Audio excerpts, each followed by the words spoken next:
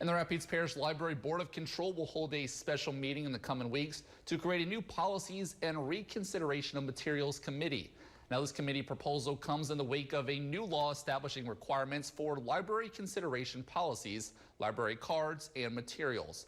That law was in response to debate in libraries statewide around a minor's access to sexually explicit materials. That includes debate in Rapides Parish when the board considered an amendment to their policies around sexually explicit materials that was introduced by board member James Morgan back in January. Now, some community members were considered the amendment targeted LGBTQ materials. The board's attorney, Greg Jones, thought the amendment may be challenged in court, instead urging the board to wait to take action until lawmakers consider the library legislation. With the new law, Jones believes that creating the new committee will eliminate confusion over policies in the future.